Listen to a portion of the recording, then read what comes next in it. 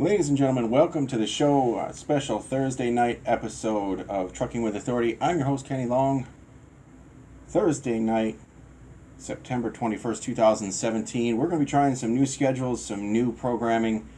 We'll be trying some new technology, working the bugs out of the old systems and trying to crank up some new stuff. We're streaming live today on YouTube.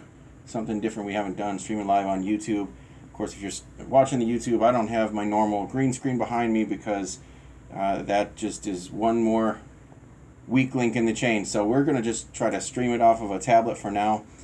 If you're watching the live stream, we've got some people watching now. If you're watching the live stream, you can call into the show. This is a call-in radio show. Dial 917-889-9924. 917-889-9924. We're streaming live on LNJ Radio. You can check us out at LNJ Radio at lnjradio.com to listen to the live stream. If you're driving your truck today, if you're trying to listen or watch any other way, if you're just trying to tune in for the audio, please turn off YouTube and listen to us on LNJ Radio. You'll get a much better connection, much better audio, and shouldn't be watching videos while you're driving anyway. So check us out at lnjradio.com. You can also check us out at TuneIn Radio. You can find the LNJ radio station there on the TuneIn app. Save that app and save the radio station, LNJ Radio, on TuneIn Radio. This is the Trucking with Authority show. I've been doing this show for about 3 years, and I'm happy to be making this transition. When you take on a new commitment, you take that commitment on, warts and all. So here I am. We've had some bugs getting started. It's been a rough start, but I think every day we're trying new techniques, new tricks. We're getting the kinks worked out of this thing, and one way or the other, we're going to have a good show tonight. So a couple days ago, I did a show. We were talking about the different business models between being a company driver, being an owner-operator or lease operator, or getting your own authority, or becoming a broker. And after the show, it spawned a couple of questions. And I wanted to do another show today. We'll elaborate more on that. We'll elaborate more on the differences of those different models, those different operations, and which one is best for you. So the question today was, I own my truck. Should I lease it to a carrier? Truck and trailer, should I lease it to a carrier or should I get my own authority? That is the question today. That is the main overall topic, and I think to start with that, we need to explore each one of those business models and what you should do and understand the pros and cons of every one of them, because there are a lot of pros and a lot of cons. Which ones are important to you? And really that all depends on where you're at now and where you want to go. Everything in life, whenever you set a goal, you have to have a starting point. So you need to know where you are. Where you are financially, where you are in your personal life, and where you are with your business. Not just financially, but also the experience levels. What do you bring to the table? What kind of customers are you going after? What relationships do you already have? All of those things play a big role in making the decision of getting your own authority or leasing to a carrier.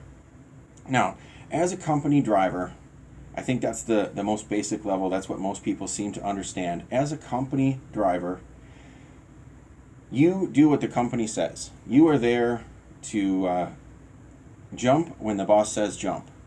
So you go where you're told. You're paid a certain amount as you're told, as you were agreed to and you hired on. And it's your job to complete whatever task they give you. They can force dispatch you, of course. They can have you drive trucks or trailers that you may not like. But when you sign on with a company as a driver, as an employee, you sign on knowing what you're getting into, or at least you should. Now, sometimes those things change. Sometimes customers change, locations change. Sometimes the job that you hired on to do changes, and you have to make a decision. Do you want to stick with that job, stick with the company you're employed with, or do you want to move on? Now, I have always had the entrepreneur spirit. I've always thought of a company driver even working for a company as a W-2 employee, meaning you fill the role that I just explained, you are still working for yourself. And I know a lot of people don't understand that concept, but what I mean by that is you personally are still supplying a service to a customer, and that customer is the carrier that you work for. The customer is your employer.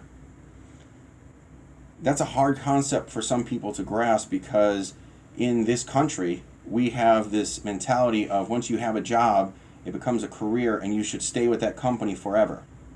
And there are a lot of benefits to staying with that company forever, but sometimes it's not the best situation for you. I am all for an employee moving up the ranks. And if you are in a company where you have hit a plateau or you've hit a ceiling and you can't move up anymore, if you're comfortable there, it's fine to write that out for your career. But you should always be looking for new opportunities and ways to grow.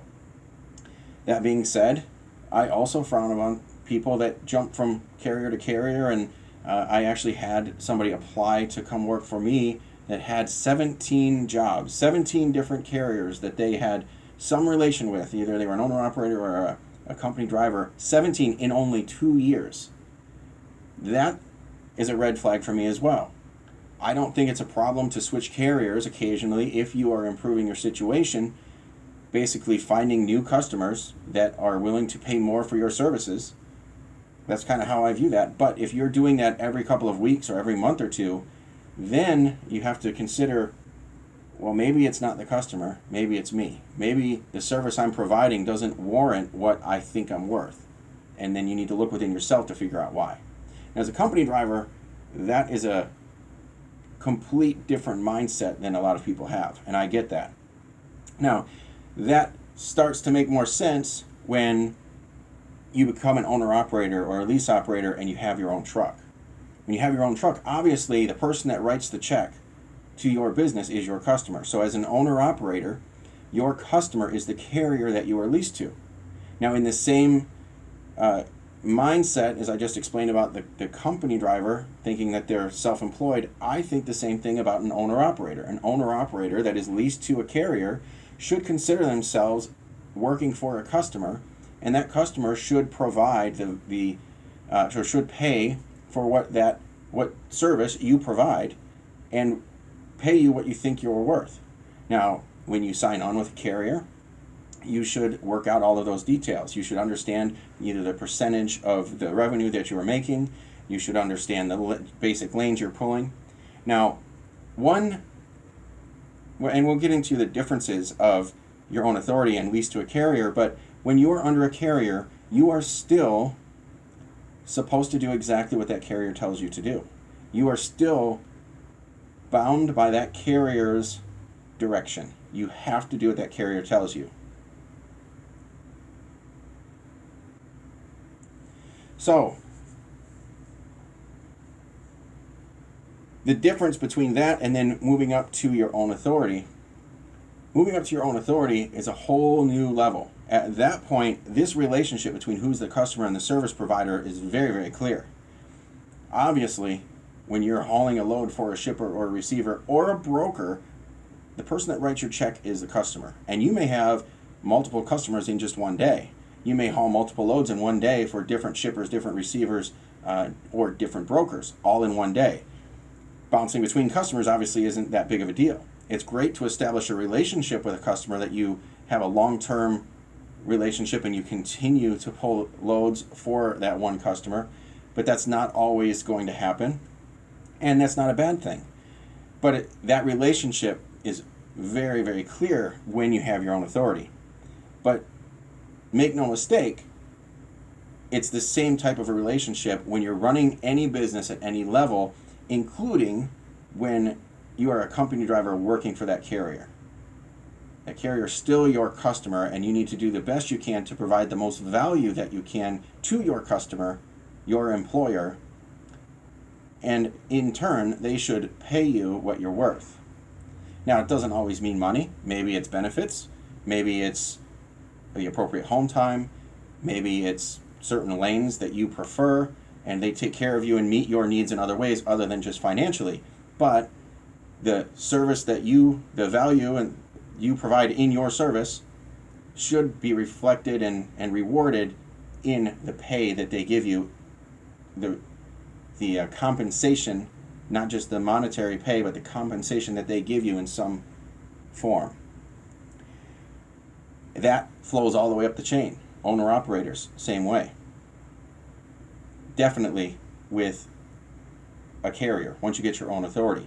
Absolutely, when you get your own authority, the value that you bring, the value that you add to your service is the only way to increase your revenues and increase your compensation. It's the only way to build relationships with your customers, be it brokers or shippers, receivers, whatever. You have to add value at every level of this game. Now, that doesn't just apply to trucking either.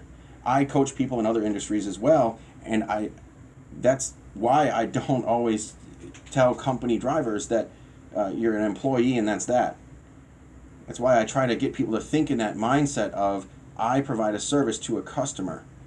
Because in other industries, people that work at a grocery store, cashier, that grocery store is their customer. What they do matters. The 9-to-5ers out there, if you have a job, you punch a clock. The people that are providing the most value are always rewarded. The people that show up early to work and stay late, the people that do those extra tasks throughout the day, they are rewarded versus the people that clock in 1 or 2 minutes late every day, standing at the clock waiting for it to click 5 so they can swipe out. Those people are recognized as well for just doing the bare minimum to get by. In any industry, you are recognized for the value that you bring, especially in the trucking industry, because the trucking industry has a unique way that they can recognize you. They have a very unique business that each driver, each individual can stand out, can be rewarded and compensated individually, because every run is different, every truck is different, every load, every customer, all of those are different.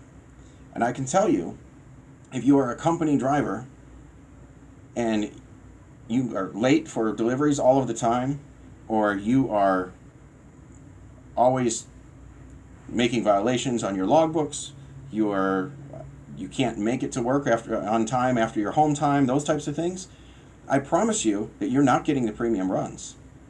If you're doing just enough to keep your job, I promise you that your dispatcher, your fleet manager, they're not giving you the premium runs. They're not giving you their best customers because they can't rely on you, and they know that. In turn, you're probably not happy because you're not getting great runs. You're not making the money you think you should, maybe not making the miles you think you should, because you are not providing the service that people hope for, people want.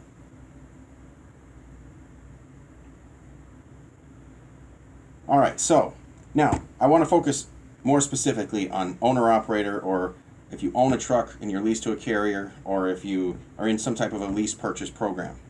Now, there are a lot of benefits to being leased to a carrier. A lot of people, I have no problem, I do not frown on people that lease to a carrier versus getting their own authority. There is a reason to do that. There's a place for that.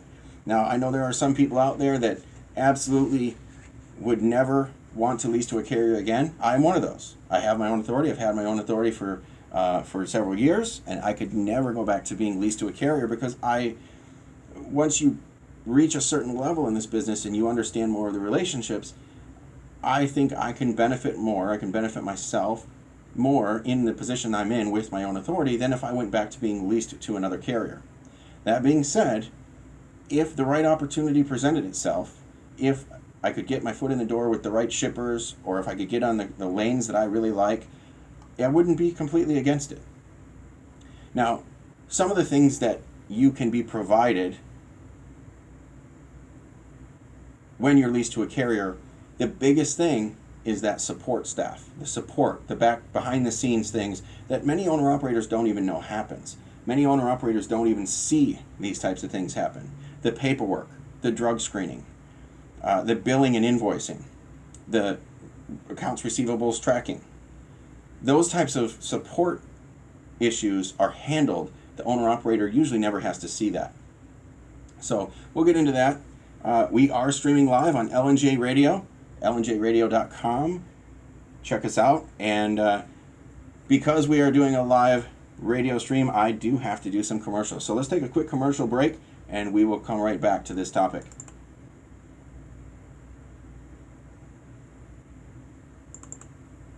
Wow. Okay.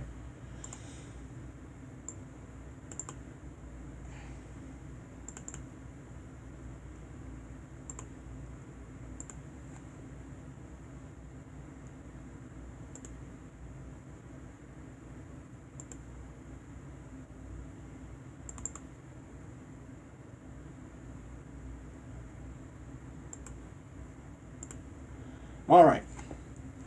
The commercial break program quit working. So there will be no commercials this hour again. And Tom, if you're listening to that, that program crashed again on me. So I reinstalled everything, but it crashed again. So we're going to continue on, drive on, adapt and overcome. All right. So being leased to a carrier, you've got all that back office support. You have the people behind you handling what needs to happen. There is a ton of paperwork. And if you're an owner-operator, when you deliver a load, you get that bill of lading signed for a proof of delivery, you scan that to your carrier. As an owner-operator, leased to a carrier, that's the end of the transaction. You're done. The carrier now has to handle all of that paperwork. They have to deal with the brokers and the customers and make sure that they get paid. That's a whole new process that owner-operators leased to a carrier never see most of the time. And that alone, in many cases, has enough value that being leased to a carrier, as long as your compensation package is correct and you're happy with it, that alone is a reason to stay leased to a carrier versus getting your own authority. Now, another reason that you should lease to a carrier is guaranteed pay. Now, FMCSA has leasing laws. You have to, every carrier has to follow these leasing laws. Some of them try to skirt the rules and have you sign contracts to change the written laws. But I can tell you that most of the time those won't stand up in court if you ever had a dispute with your carrier. One of those being guaranteed to be paid within 15 days. The carrier is required to pay the owner-operator in 15 days regardless of how long it takes for the customer, broker, shipper, whoever the customer is, to pay the carrier. Which means the carrier is floating credit to their customer because they have to pay you as the driver, you as the owner-operator, before they get paid, in most cases. But you, as the customer, as the owner-operator, are guaranteed to get that pay. And the reason for that is, as the owner-operator, you work for your customer who is the carrier. It has nothing to do, your relationship with the carrier has zero to do with their customer. The carrier's customer is the broker or the shipper. That has nothing to do with you. It is your job to make sure that you take care of the shipper or the broker, but it has absolutely nothing to do with you as far as getting paid. You are to get paid from the carrier, regardless of if that customer pays or not. Now, you could be held liable for losses. You could be held liable and responsible for any monetary losses that are resulting from your fault. But you are still required to be paid from that carrier. Now, I'm going to go off on a little bit of a tangent and skip ahead to what it means having your own authority. When you have your own authority, I get a lot of questions about factoring. Now, that guaranteed pay issue comes up with factoring all of the time. What that means is the factors oftentimes promise you a guaranteed pay, non-recourse. And that is a bunch of BS, can go out the window because it's not true. They protect you in some ways, but don't be misled by non-recourse factoring.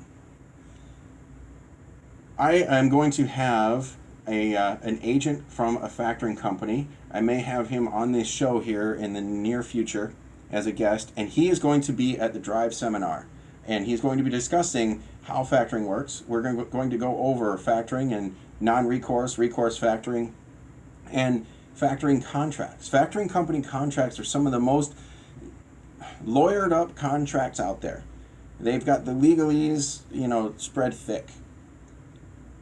And I can tell you that they are not in your favor. One of the biggest problems with those is the non-recourse issues.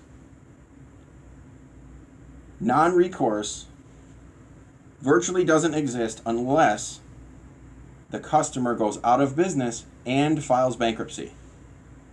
If you're in a non-recourse program and they just don't pay you, the broker or the shipper just doesn't pay you, you will be back charged for that until that customer goes out of business. Now, here's one of the things that you will see happen oftentimes. You factor a load as a carrier. You factor a load and they pay you. It's a non-recourse program, so you think you're set. You think you are protected. 90 days goes by. The customer is strapped for cash and they don't pay. At the 90-day mark, they still haven't gone out of business. They're just slow pay. They just haven't paid yet. Most of the time at 90 days, even in a non-recourse program, the factoring company will back charge the carrier. So right there, you've lost your money. Then what happens is 90 days goes by, they've already back charged you. 120 days, 4 months, 6 months out, now that broker goes out of business and files bankruptcy.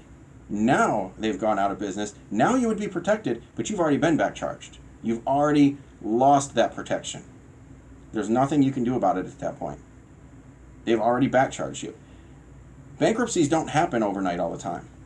A lot of times bankruptcies happen long after the companies that go bankrupt are strapped for cash. They don't have the cash flow to operate. They get slow paying first. Then they go out of business and file bankruptcy. By that time, you are, it doesn't matter. You're done. You've already lost your protection. You've already been back charged and you've lost that money. So factors do not guarantee money. Non-recourse factors do not guarantee money unless it happens to be one of these companies that closes up the doors and turns out the lights overnight, files bankruptcy and goes out of business overnight. In that case, you could be protected, but that's pretty much the only case where you would be protected. So, back to being leased to a carrier.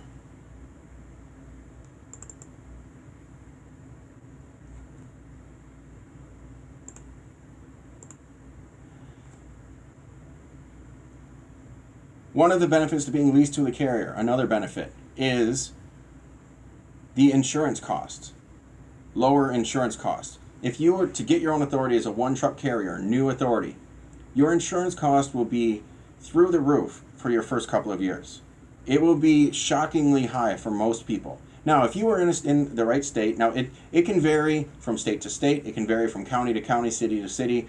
I've told examples before. I lived in South Florida, down in Charlotte County, and that's where I started my business. I moved up to Orange County in Orlando, Orange and Seminole County, and my insurance was reduced by about 25%, moving 200 miles north. Then I moved, my house is 3 miles away from my office where I'm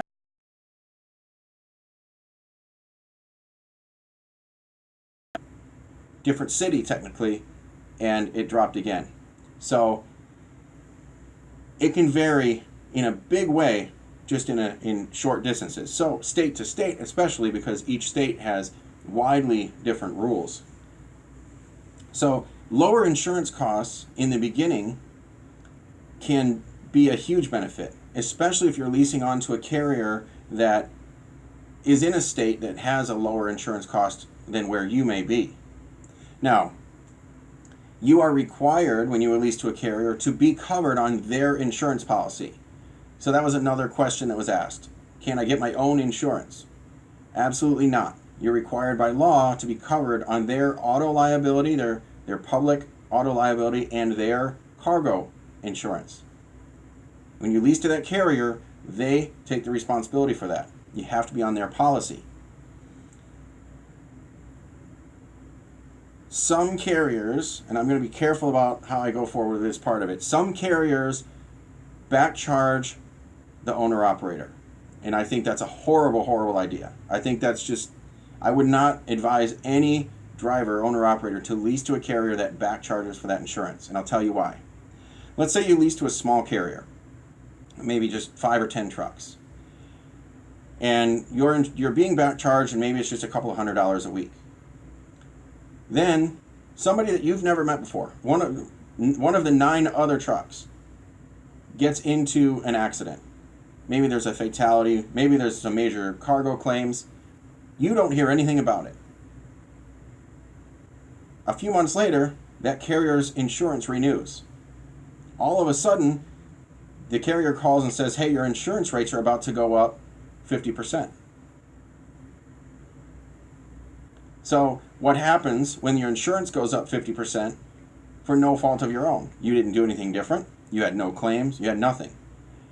In my opinion, the carrier should cover all of the expenses of the insurance out of their portion. That's my opinion, and I know there's other people out there that think differently, but there are some gray areas in the law about this. One of the FMCSA protections is that you cannot be forced to purchase anything through a carrier, but you have to be on their insurance. So there's a bit of a catch-22 there. It has been to court, and it has ruled in the carrier's favor. In other words, courts have ruled that carriers do have the right to backcharge the owner-operator. But to me, just the fact that owner-operators took a carrier to court over that means that there is a major problem there. There are too many issues that could happen. The increasing rates, the lack of flexibility. An owner-operator that's leased to a carrier does not have the option to shop around for a better rate or better coverages, better deductibles. They don't have any choice. But they're forced to pay it. Now, when you sign the contract, and this is why it was beat in court, when you sign the contract with that carrier, you sign on the dotted line that says you will pay it. The problem is, going back to what I was saying before, that carrier is your customer. And if all of a sudden they start back charging you for more than you're responsible for, all of a sudden you have a whole lot of disgruntled drivers, disgruntled owner-operators, which I think is a problem. I think that's something that needs to, I just don't think it's a good idea to get into a lease program, leasing to a carrier, where they back charge the owner-operator for the insurance. Other benefits of being leased to a carrier is the carrier may be able to provide equipment. They may have trailers. They may have a trailer pool. They may have other equipment, such as, in my case, I can provide logistics equipment. I can provide blankets and bars and straps and things like that. And I can provide trailers. I can provide trailers with lift gates, which can be hard to find out there. So some of the benefits of being leased to a carrier is to have access to their equipment. They also have access to their established relationships. So you're walking into a business that's already set up. They already have customers they work with. They already have brokers that recognize them. They already have maybe the shops, and they may have accounts and discount rates at certain shops across the country. You already have that type of stuff established. Carriers typically have the option and the ability to pay for the owner-operator's fuel in advance, meaning they will either give the owner-operator a credit card of some sort or a fuel card. The carrier or the owner-operator does not have to front that money. Ultimately, is the owner-operator's responsibility to pay for fuel. But most owner-operators leased to a carrier rely heavily on that carrier's cash flow to pay for their fuel before the load gets delivered. So most carriers provide something like that. Now, that's not across the board. That's usually just one of those benefits that a carrier will offer.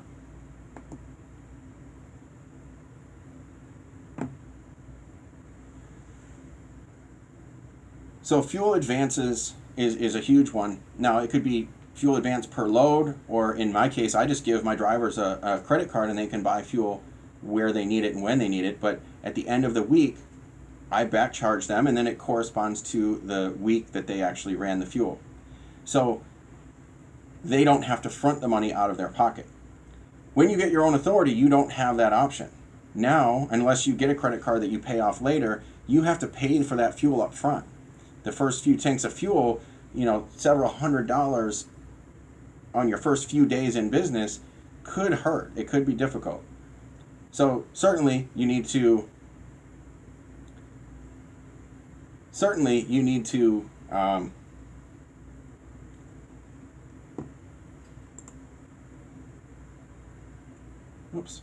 all right.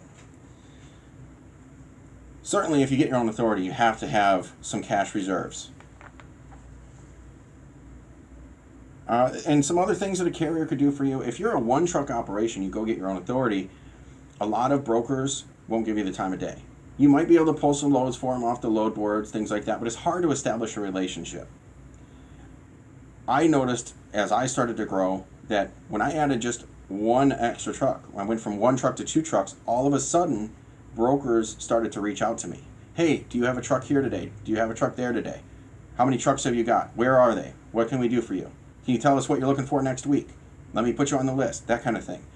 I didn't get that much attention when I only had one truck. Once I added 3 trucks, 4 trucks, 5 trucks, then it even went exponentially to where now most of the loads that I book for my company aren't off of a load board. They're off of email blasts or customers, brokers reaching out to me asking for our trucks versus me looking for loads. I don't even have to post my truck anymore because they call asking for where we are. So when I only had a couple of trucks, or especially when I had one truck, that just didn't happen because it was a waste of their time. They knew that if they only called on one truck, the possibility that you have a truck in their area was slim to none. Versus now you have 10 trucks, you probably have a truck that they can use, especially if you're focused on certain lanes or a certain niche. So being involved with a carrier that has a certain niche and has a certain number of trucks can give you some leverage in the industry that you can use. Or if you are in a situation where you can go after direct customers of your own, having multiple trucks and access to multiple trucks could get your foot in the door to get those direct customers. Whereas if you only have one truck on your own authority, they may not even want to talk to you. So having the ability to leverage the rest of the fleet as an owner-operator is a big benefit as well. Then, of course, there is the back office support while you're driving. So while you're out there on the road, you're out there driving around, it's hard for you to be searching for your next load. You can't really be using handheld devices and searching the load boards on the computer while you're driving. Having somebody that, when those email blasts come out and they're looking for a truck in such and such place, and that person in the office knows you're going there, they can contact you and say, hey, this load matches exactly what you're looking for. Let's make it happen. But if you were just driving a one-truck carrier, you might get that call, you might not. If you're driving, you may miss it. Having somebody to help you out could help. Now, a lot of one-truck carriers do hire dispatch services. It's another thing I really, really frown on. I really, really advise against any dispatch service. So something to consider, avoiding dispatch services, and that's a whole other topic. But I can tell you that dispatch services, most of them are illegally operating as brokers. A lot of them are just load board scrubbers, looking for whatever it is on the load board and shoving it down your throat. A lot of them charge way too much for the service they provide. And if you get your own authority, then you haul brokered freight, you give the broker 15% of the load, then you might give the dispatch service 5% of the load, then you're still paying for all of your other insurances and so forth. All of a sudden you start whittling down your extra profits to have your own authority. Why not just go out there and try to work for a carrier that's already got some of those relationships built? All right, let's focus more on the authority side of things. If we can have the authority running. First of all, the biggest thing is it's all on you.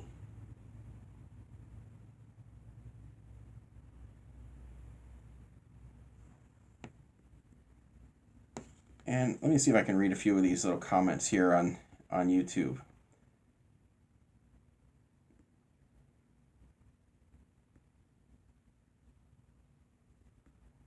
Some of this does lead right into what I've been talking about here. That's why I wanted to go over here and check this out. All right, so I think most of those questions kind of lead into what I'm saying here with having your own authority. Basically, when you have your own authority, it's all you. It's everything. You take on the risk, you take on the responsibilities, but you also take on the rewards. 100% of the pay that you collect is yours. You don't have to divvy it up to anybody else unless you're using a factoring company or a dispatch service. But that money is yours to do with as you choose. You can choose to hire those other services if you want to, but it's your money and you collect it first. You understand that. Your income is entirely dependent on what you do. Nobody can force dispatch you. Nobody can tell you what you can and can't do with your truck. And you know what? I didn't really touch on that with being an owner-operator leased to a carrier. I get a lot of people that say, it's my truck, I do with it what I want, and that's true. But when you agree to sign on with a carrier, you agree that that carrier now has responsibility for that truck. So as far as forced dispatch, yes, you can be forced dispatched as an owner-operator, absolutely. A carrier can absolutely force dispatch you. I don't recommend getting into a contract like that, but absolutely, there's nothing illegal about it. There's nothing wrong with that. One of the aspects of having a truck, leasing it to a carrier, is you have to think about the role that you play in the transaction. What is it that you do exactly? When you own a truck and you lease it to a carrier, the carrier is reaching out and they're leasing a truck because they're trying to expand their capacity. When you own a truck as an owner-operator leasing to a carrier, you do not own a trucking company. Just be clear on that. You do not own a trucking company. You actually own an equipment leasing company. You're leasing your equipment to a carrier. The carrier owns a trucking company. The carrier has customers and freight to move. You only have to please what the carrier says. You can absolutely be forced dispatched. You have to do what the carrier tells you to do. Same as a company driver. You're paid by that customer to do what they tell you. Now, you don't have to do what they tell you as an owner-operator. You have the option to work with any customer you choose. So you can go to another carrier. You don't have to stay leased to that one particular carrier.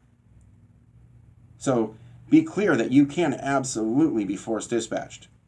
When you have your own authority, that changes. That's the only time it ever changes. Once you have your own authority, of course, cannot be forced dispatch anymore unless you agree to go work for somebody to do what they tell you somehow. Some carriers get their own authority and they go pull power-only loads for some of the bigger fleets, that type of thing. And they may agree to do whatever the fleet tells them to do to provide that service. But most carriers do what they choose to do. They work with the customers they choose. They work with the brokers, shippers they choose. They run the lanes they choose. That is the only time that you actually have the decision as a trucking company to pick and choose those lanes and those loads that you have, that you pull. As an owner-operator, you really don't have that choice.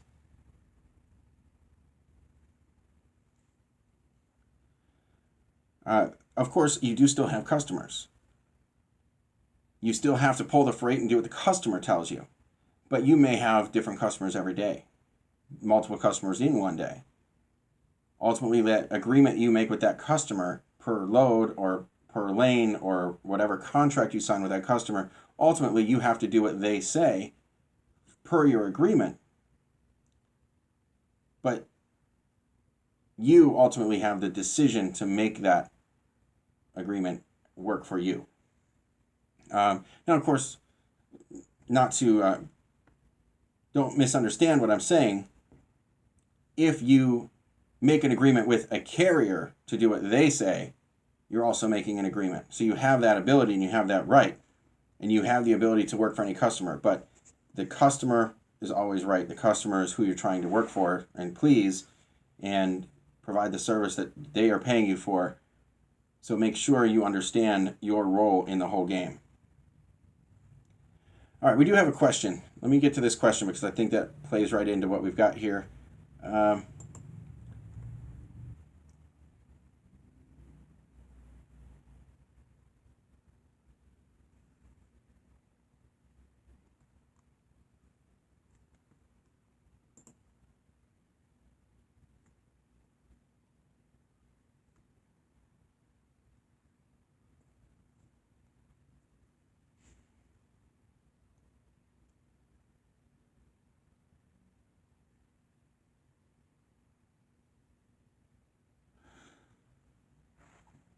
Well, let's go back to what we started with. Where are you now, and where do you want to be?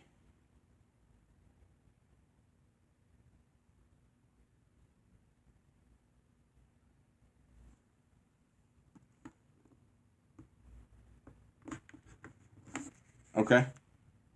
So you want to grow a company and ultimately spend time with your grandkids, or hand off to your grandkids.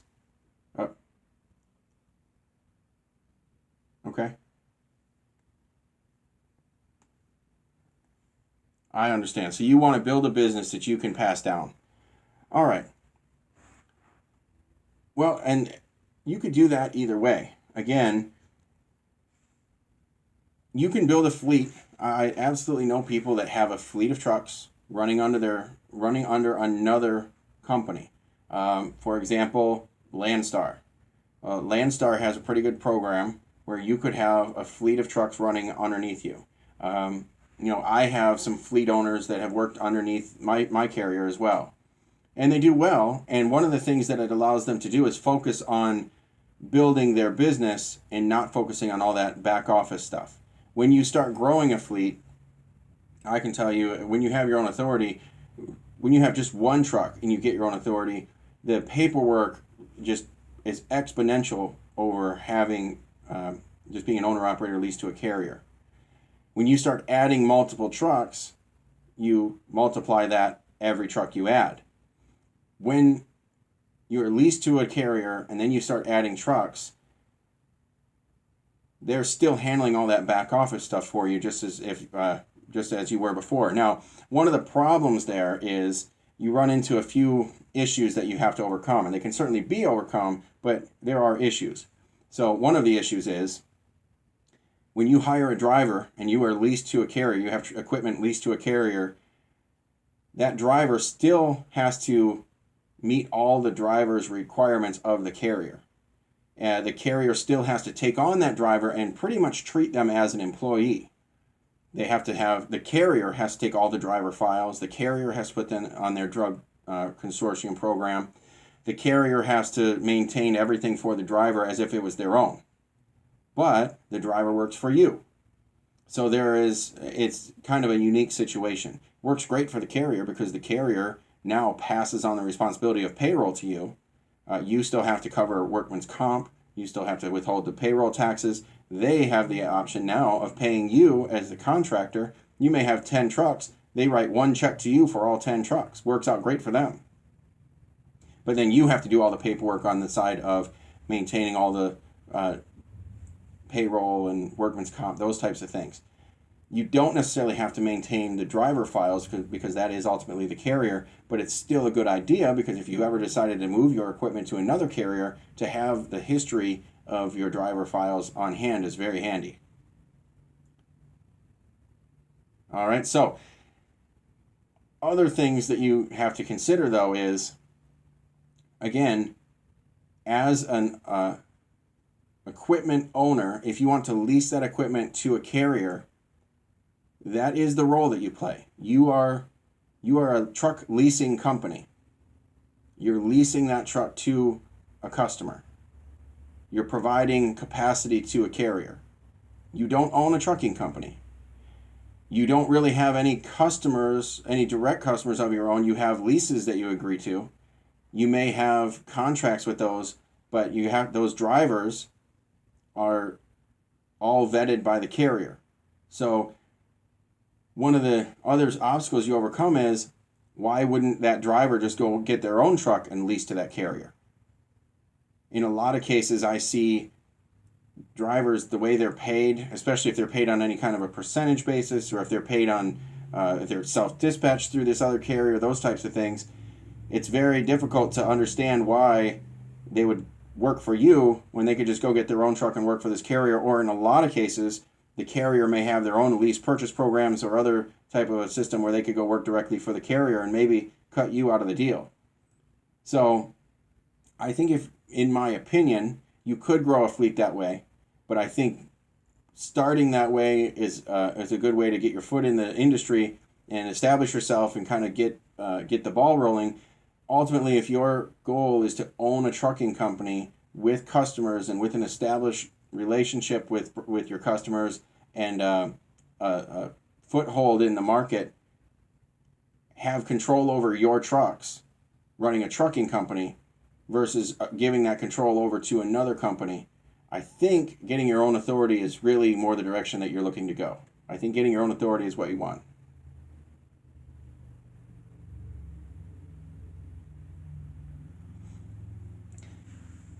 Okay, what are good percentages to lease to somebody? That's a tough one, and I can tell you,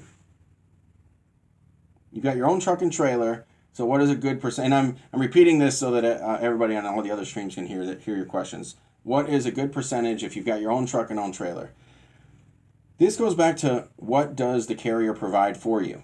I mentioned, sometimes the carrier will provide insurance, sometimes they will back charge. I recommend finding one that provides it. If they provide the insurance, look for something that's closer to 20%. If they back charge you for the insurance and all of the other expenses, something in the neighborhood of 10% or less. There is one particular carrier out there that only charges 2.5%, but you're responsible for absolutely everything. You're responsible to bill the shippers or brokers. You're responsible for your own license plates. You're responsible for IFTA miles and everything. You are absolutely, the only thing they do is they let you put their name on your door. But the one benefit you get out of that, the only real benefit that I see in that program, is the leverage of having a big fleet. You have multiple trucks, so you have more opportunities and more relationships, and then you probably get a good, even though they back charge you for the insurance, you probably get a pretty good group rate for the policy that they have. So that is a pretty big benefit there.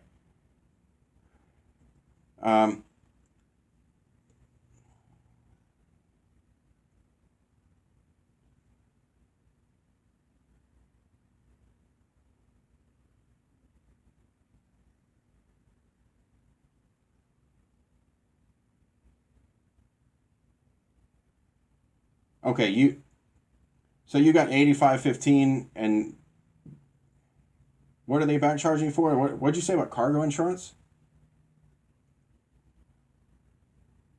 Okay, gotcha.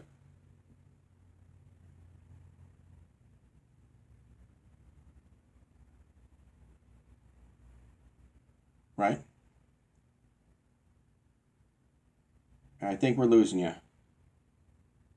If we haven't already, I think you're gone. So, all right. So you're there. There you come back. You're back. We lost you there for a second. Okay. So you're using his fuel card. He keeps up with IFTA. He doesn't really back charge you for anything. You're at 85/15.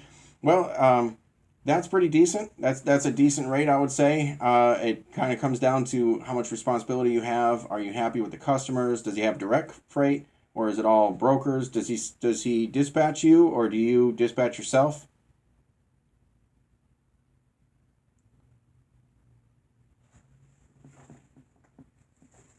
Okay.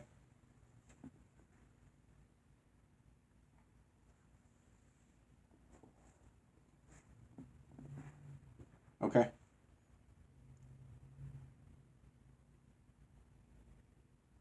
Gotcha. Okay. So yeah, I mean, at 85/15, and he's taking on most of the responsibilities for even for dispatch and that kind of thing. Sounds like it's a pretty decent program for you. Um, I would look at the time in business, the customers he's dealing with, the rates that you're getting. Carriers tend to establish a reputation sometimes with certain brokers. If it's a reputation of always hauling cheap freight, brokers call and will expect that. So if you're not getting the rates you want, you said you're working a lot with JB Hunt.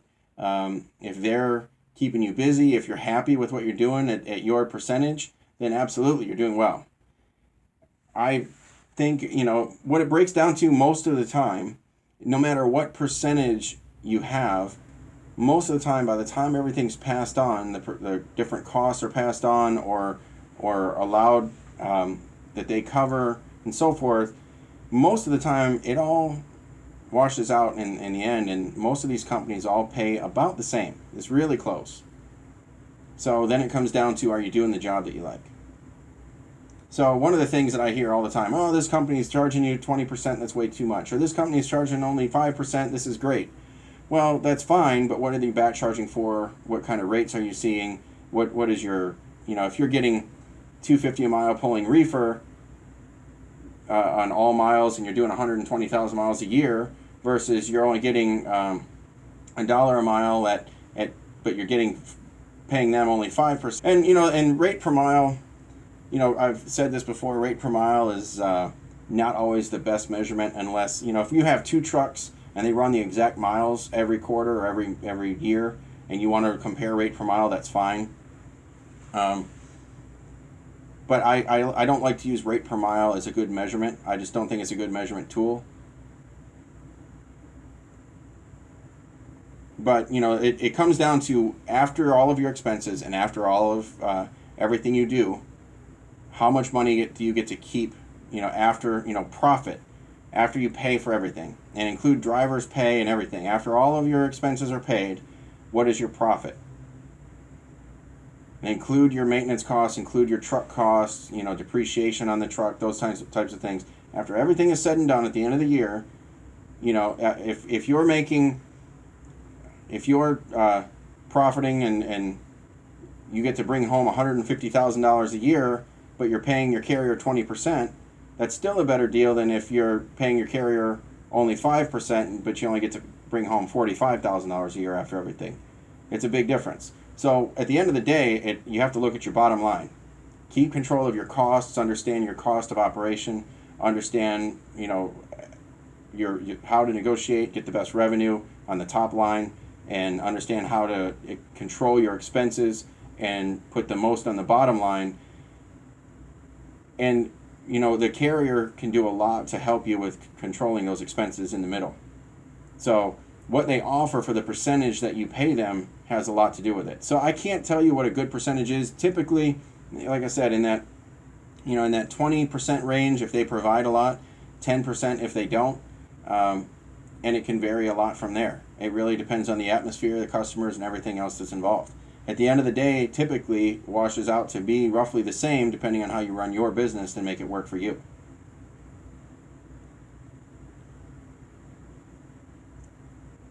I appreciate it, and it does sound like you have a pretty good deal there with what you're doing, especially with what they seem to be providing for you. But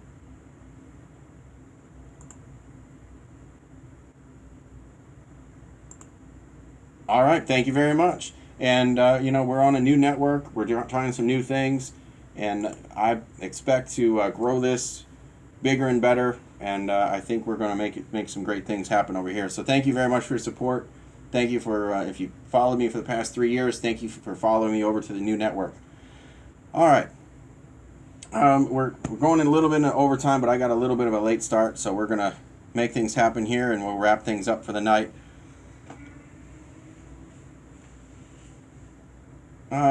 Got some notes here. I just want to make sure I knock off all my bullet points here. Okay, one of the things that a carrier may push you to do is work more than you prefer. As an owner-operator, you have the right to work as much or as little as you want, but they may have other things that they force you into, other time restraints, other things like that.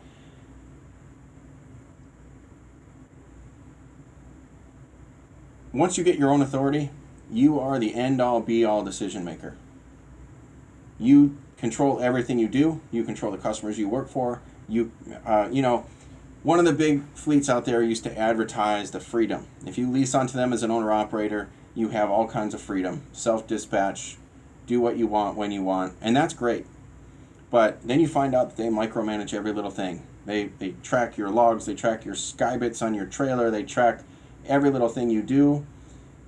You don't try to, you can't really excel in anything that you want to do because they're forcing you to work to their standards. Even if they promise you freedom, you still have to agree to work to their cookie cutter standard of what they want. But once you get your own authority, you can do anything you want. You can work in any operation you want, work in any region, area you want, and you can have the opportunity to go out and make sales calls. You can get your own customers. You can cut out brokers. You can do what you choose to do. That's something that I think sets you apart from leasing to a carrier. And that is something that should be a big factor of your decision making between being a carrier or being being leased to a carrier or getting your own authority. Is what is your ability to make a sales call? What is your ability to negotiate? One of the things that I'm pushing big this year at my seminar, the Drive seminar coming up next month, is sales and negotiation. I don't think anybody in this industry has really had any formal sales training. I mean, to understand the psychology of sales, to understand how a sales call should go. So I'm bringing in, and this is going to be a shameless plug, but I'm bringing in Stephen Montague from Sandler Sales Training. Stephen Montague is one of the top sales trainers in the country. He's based right there in Kansas City. Sandler Sales Training is one of the training institutions that the Fortune 500 companies bring in to train their top executives on sales. So we're bringing in Steve Montague, and he is going to go over all of that, and you will leave with a script on how a sales call should go. You will understand how to get your foot in the door. You'll understand what the customer is thinking, the psychology behind the sale, and you will understand what you should do to get your customers to listen to you. That's something that I don't think any other program offers. That's something that, I've been to other industry classes, other presentations, other seminars for shippers, for brokers, for other carriers. I've been, all over the country. Load board companies put on seminars. There are organizations everywhere that are putting these types of things on, and never have I seen anybody focus not on just negotiations, but on sales. Understanding the process of sales is probably the biggest disconnect that we have between what carriers do and what brokers do. It's why carriers with their own authority can't excel, and why they rely so much on brokers, because they don't know how to sell. They don't know sales. Then they get upset with brokers because they don't understand what the brokers are doing. They just think the brokers are sitting there with a phone and a computer, and that's all they do is dispatch you. But there's so much more that happens with the sale, and I want carriers to be empowered to go out and make a sale. So I'm bringing in a sales trainer, an actual sales trainer that specializes in sales only. Now, he is familiar with the trucking industry. His brother works for FedEx, and he understands how it works. He and I have had a couple of pretty decent conversations. We understand the troubles that we have in the trucking industry, and he's going to address those specifically. And then I am going to take what he teaches at that class and show you how to apply it specific to trucking, how to apply it to dealing with brokers, to understand things, the business from their perspective, and I'm going to help you understand how to negotiate better if you know what they're thinking and what they're going through. So I think it's a super valuable class, super valuable experience for anybody that is a driver all the way up through a carrier, or if they're becoming a broker, or if they're trying to figure out how to negotiate better with brokers and so forth. There's still seats open. Go to youdriveu.com, YOUDRIVE letter U, youdriveu.com, and you can register there. Use coupon code TRUCKING. Coupon code TRUCKING do that, we can also get you some hotel discount room rates, $69 a night at the hotel at Harrah's Casino in Kansas City. In a 3-day class, Tuesday, Wednesday, and Thursday, October 17th, 18th, and 19th. We've got a lot going on. The sales and negotiations will be pretty much a full day of that. DAT load boards will be there. We're going to show you the products that they have, how to see what the carriers are looking for, what the brokers are looking for, how to leverage their back office tools to see the rates and lanes, understand how that process works. I'm going to help you understand how to set your goals, build your business plan, understand the different roles of each one of these owner, operator, driver, carrier models and the broker model. All right. That being said, udriveyou.com. Please check it out. I'd love to see all of you there. I think it's probably the biggest thing that I've recognized is a weak spot in this industry, and I want to address it. And it'll be hands-on training on top of the fact that you get to rub elbows with some of the most influential and best people in the industry.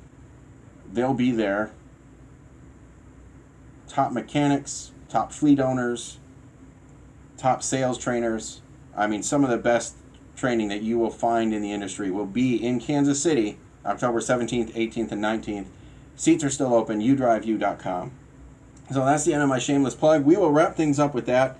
Couldn't play any commercials this hour because of some software glitches, but we pulled it off. We made it happen. So thank you all for joining me. You can check us out at udriveyou on Facebook or the Trucking with Authority on Facebook. Join the group, follow us. That's where I'll be announcing all the future shows. We're going to try to do these shows live every Tuesday and Thursday from now on until further notice. So check us out again next Tuesday night, live on L&J Radio, lnjradio.com, or TuneIn Radio. Find the L&J Radio station, stream it live. We'll try to do them here on YouTube as well, and of course Blog Talk Radio. Thank you guys all for joining me, and we will see you on Tuesday. Thanks a lot, guys.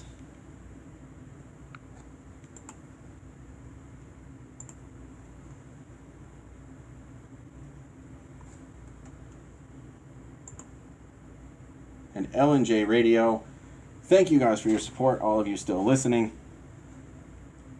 Tune in Tuesday next week. And until then, I'm Kenny Long. This has been Trucking with Authority. Have a great night.